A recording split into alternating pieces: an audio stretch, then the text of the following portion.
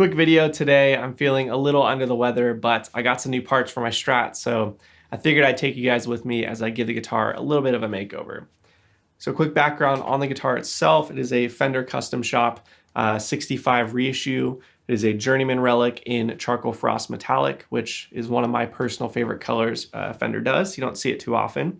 Everything on the guitar is stock except for the pickups, which are Seymour Duncan Antiquity 2 Surfers, as well as the Tort pickguard. And today those are going to be the two pieces we're going to upgrade. And I decided I might as well document the before and after for you guys. So let's go ahead and start with the pickguard. I knew when I got this guitar I would eventually replace the pickguard with a Spitfire aged Tort guard. My Danacaster has one, and it's one of my favorite components of that guitar. If you've never seen one, they are awesome. They're very expensive, but when you see them in person, you totally get it. They do a great job. So it took me a while to find one that kind of fit the darker color. It needed to be a darker Tort and then also be aged the right way. So I'm pretty pleased with the way this one looks. You can kind of see the waving a little bit in it. It's very, very cool. They do a great job aging it. I think it's going to look stellar on the guitar. Important piece of the puzzle, right? You know, this improves the tone at least 5%, so critical. And then the other piece are the pickups. So I got some Ron Ellis mid-60s pickups here. I got a great deal on them and thought I'd give them a try. The guitar, like I mentioned, is a 65 reissue, so it seemed like this was probably the closest set to what that guitar should have. If you're curious, I did a comparison of this guitar with the Seymour Duncan Surfer pickups versus my old Sur Classic Pro, as well as a buddy's Exotic and a Rudders. To find the video, go ahead and click up in the corner, or you can check the description and I'll have it linked. I and most people, honestly, that commented on that video thought the guitar sounded great with the Surfer set. So I'm definitely not swapping them out because I don't like the tone of the guitar, or I feel like it's really lacking. It's more out of curiosity. Ron Ellis pickups, they have a fantastic reputation online. They're hard to get and they're very expensive. So if you've been following this channel at all, you'll know I'm kind of the guy that likes to see things for myself, try them out for myself. So here we are. All right, without further ado, let's go ahead and record this guitar as is with the Seymour Duncan pickups, and then we'll jump over to my Workbench.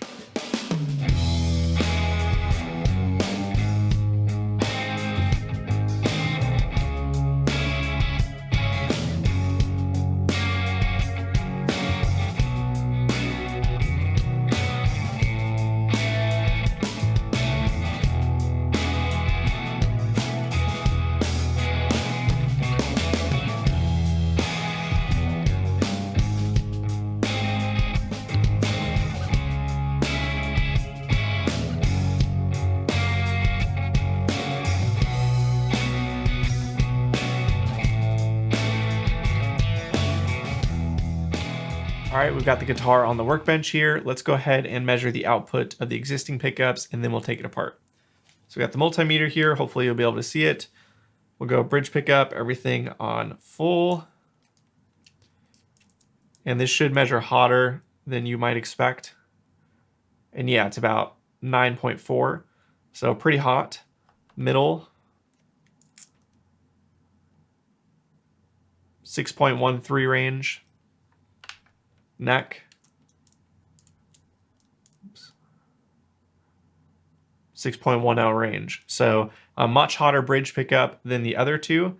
And Seymour Duncan kind of promotes that as just a way to get a girthier, stronger sounding bridge pickup on a Strat. So this is the only Strat I've ever owned. So I'm curious to see with the Ron Ellis set whether I really prefer this hotter bridge pickup or if I like something more traditional. So that's the output of those. Let's go ahead and take the strings off and get to work.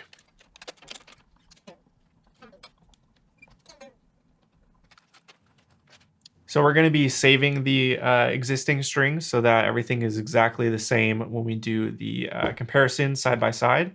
So those will remain. This guitar is quite dirty, so I'm probably going to clean it up a little bit.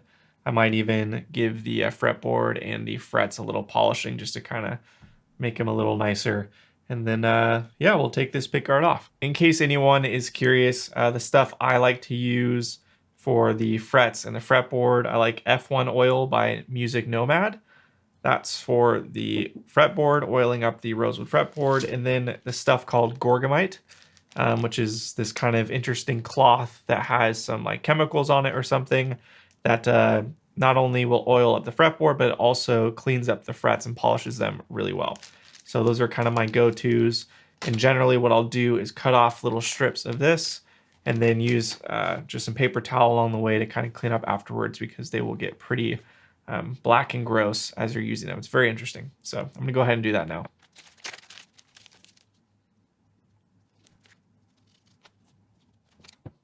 So it's basically just this little strip here. That'll do it. And then just kind of go up and down the frets like that. And they polish up pretty quickly.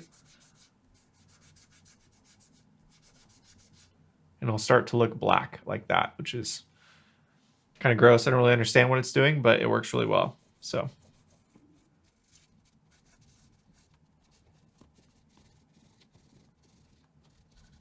And lastly, I'll do a couple drops of this stuff. Generally, I'll just put it on a paper towel, and I'm just putting a tiny bit on there, not much at all. There you go. Now the fretboard is conditioned a little bit and the frets polished a little bit. Obviously, you can do more in-depth job on it, but quick and dirty, this works pretty well. So next up, let's go ahead and take the pickguard off of here and see what we're working with.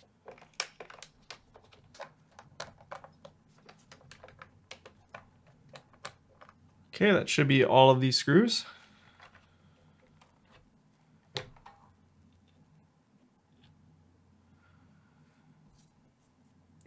All right. Tons of white powder in this guitar. What's going on over at Fender? Okay, cool. So we're going to transfer all of this stuff over to the new pickguard. Grab it real quick. So all of this will be moving over to this. And we will go ahead and then swap the pickups in that process. So I'm gonna kind of move some stuff out of the way a little bit and get started on that. All right, so I went ahead and moved the camera so you can get a better view here. Hopefully you can see what I'm doing. We're gonna move all of these parts over to the new pickguard. Here it is, Spitfire Tort. And we're gonna remove the pickups in the process. So I went ahead and took a couple photos of the pickups and the wiring just so I can remember how everything goes, but all of the ground wires are going to this pot here. So we'll want to remove those and then remove the positive wires here as well. So I've got the soldering iron heating up now, and let's go ahead and do that. It's gonna be a little tricky, such a tight space with the camera. And actually, before I do it, before I forget, I always put a towel under the guitar just to kind of protect it, just in case. So I'm going to do that now.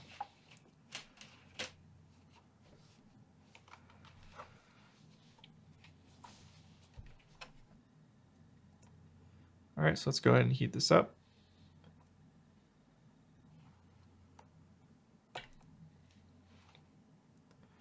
All right, you can see how much extra solder was on there. Wild. Okay.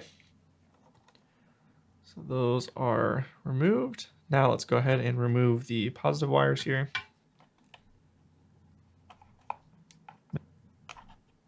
And the bridge pickup. Okay, so now that those are separated, we can go ahead and remove the pickups, and then take the pots out and move it over here. All right, let's do that now. There we go. Cool. I'm actually going to measure real quick with a with this handy tool the pickup heights so that I can go ahead and match them when I first put the pickups in. Usually when I do pickup swaps, I like to kind of start off where the old set was, and then I will go ahead and make adjustments as necessary. So I'm gonna go ahead and measure these heights real quick, and then we'll take them out. So the Seymour Duncan next to the Ron Ellis. I don't know how well you're gonna be able to see those, but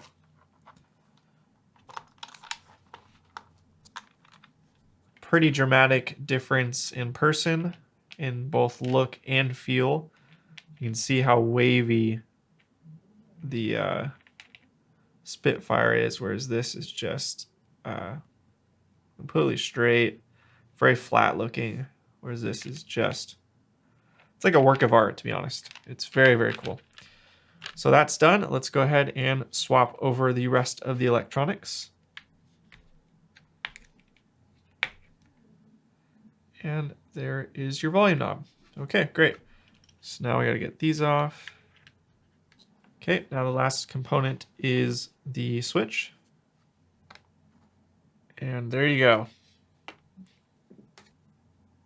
Now I am a little worried about not having this on the back of the new pickguard. To be honest, I didn't even think about it. So we're just gonna try it without, and then I can totally just take it back apart. It's not hard to put some more of this kind of aluminum foil tape or whatever you call it, shielding tape if it needs it, but we're gonna go ahead and give it a shot without it.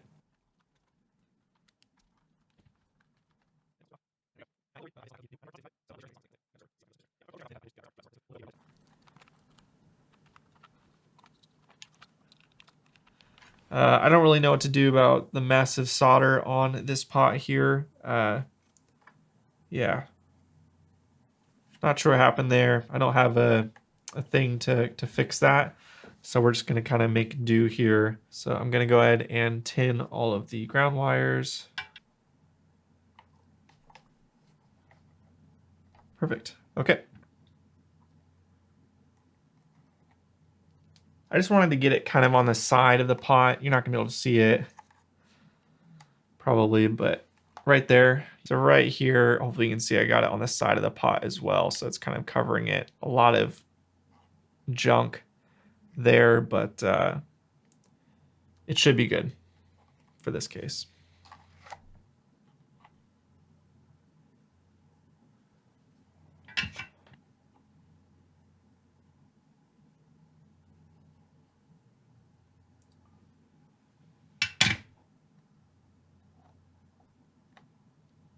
Okay.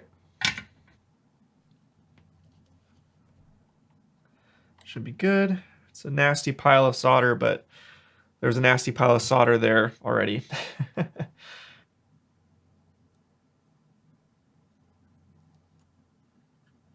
right, fingers crossed everything works. So we've got neck pickup.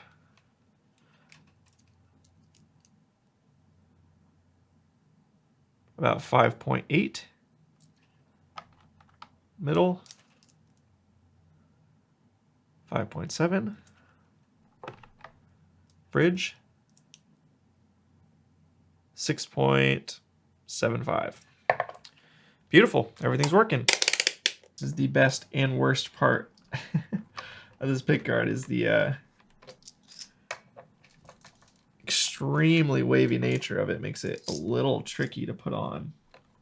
And if you're curious why they're wavy and they don't line up perfectly, it's because this is what happens on the vintage pickguards. They shrink, which means the screws don't fit straight on anymore. And this is the exact same thing.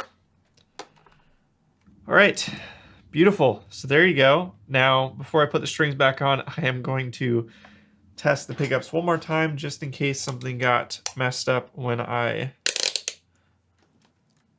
was cramming it all in there. So again, hopefully you can see that. Okay, middle.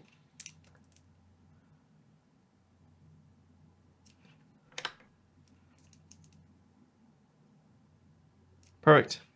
Now, I don't know about you guys, but I already think it looks so much better. Here's the old pickguard.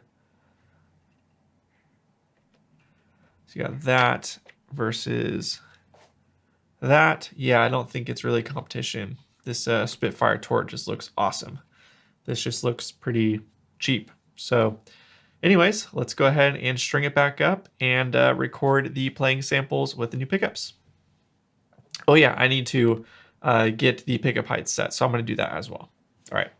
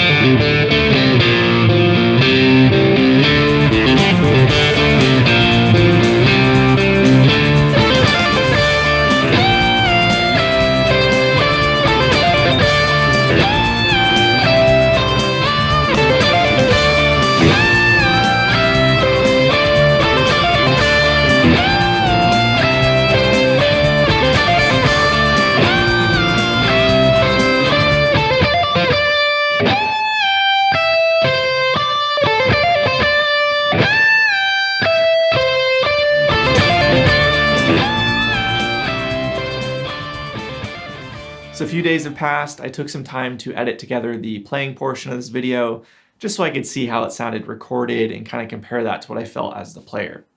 Generally, I like to leave the conclusion to you guys, the viewers, but I did want to point out just a few things that stood out to me that might not come across very well in the video.